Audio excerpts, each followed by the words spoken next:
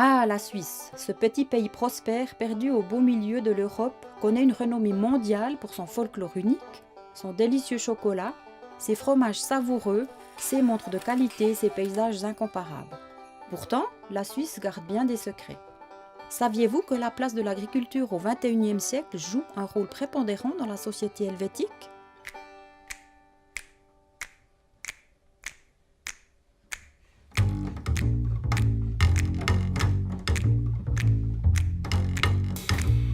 En effet, depuis toujours, l'agriculture fait partie des métiers les plus fondamentaux au sein d'un pays. C'est celui qui va apporter vivres et breuvages aux humains. Paradoxalement, c'est aussi un des métiers le moins bien récompensé et valorisé. La Suisse reste avant tout une terre propice à l'agriculture qui y consacre un tiers de son territoire. Cependant, les obstacles comme l'altitude, la pente, la qualité du sol et les précipitations laissent seulement 400 000 hectares de terres labourées sur un total de 1 500 000 hectares, alpage y compris. En plus, la Confédération suisse doit tenir compte de la croissance démographique avec une population qui aujourd'hui représente 8 320 000 habitants, grignotant peu à peu l'espace agricole à disposition. Alors, comment faisons-nous pour nourrir la population helvétique en perpétuelle croissance ? Tout d'abord, la Confédération fait appel aux quelques 53 000 exploitations agricoles indigènes restantes.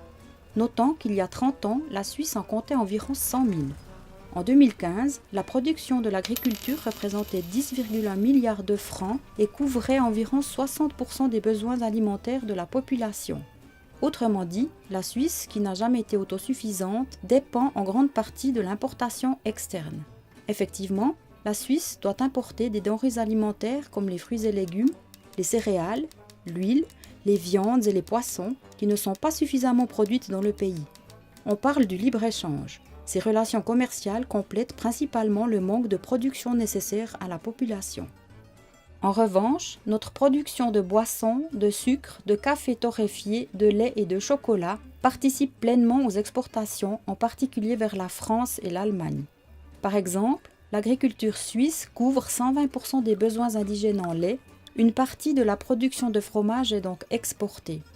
En contrepartie, les producteurs suisses doivent s'aligner sur le marché et par conséquent baisser leurs prix face à la concurrence.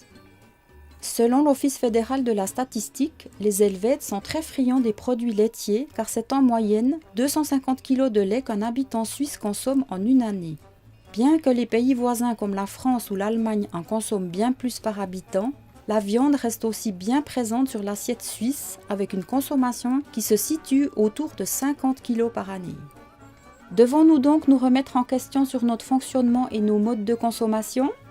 Fabien Wenger, producteur bio et propriétaire d'une exploitation laitière, nous partage son point de vue. Après, c'est le panier de la ménagère, le budget de la ménagère qui fait toujours la différence parce que beaucoup de personnes préfèrent partir en vacances et puis faire un petit peu moins attention à la nourriture, donc ils prennent ce qui est pas cher.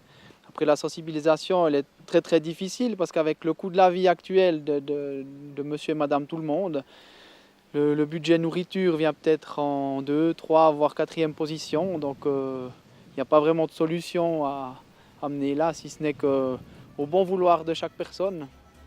Globalement, la production agroalimentaire varie selon la demande du consommateur et les incitations politiques.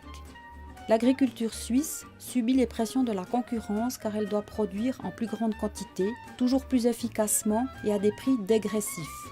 Les effectifs diminuent et les exploitations familiales ne retrouvent pas de repreneurs. De plus, elles n'ont pas la force de rivaliser avec les gigantesques industries d'Europe.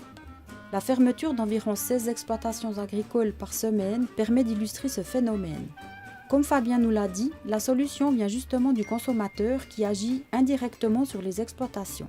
Par exemple, on constate depuis plusieurs années que la demande en produits locaux, écologiques et sains se fait de plus en plus ressentir, impliquant une hausse dans le domaine de l'agriculture biologique suisse. En complément, les producteurs suisses, respectant entre autres les exigences contractuelles comme les prestations écologiques requises, exigées par la Confédération, reçoivent sous forme de paiement direct 2,9 milliards de francs. En fin de compte, nous avons tout à y gagner en consommant bio et local. Seulement, c'est à nous consommateurs de repérer les mentions IP suisse ou bio suisse d'acheter nos produits un tout petit peu plus cher à la place du marché et d'être toujours plus sensible à la provenance de nos aliments afin d'encourager nos agriculteurs à produire écologique et Suisse garantie.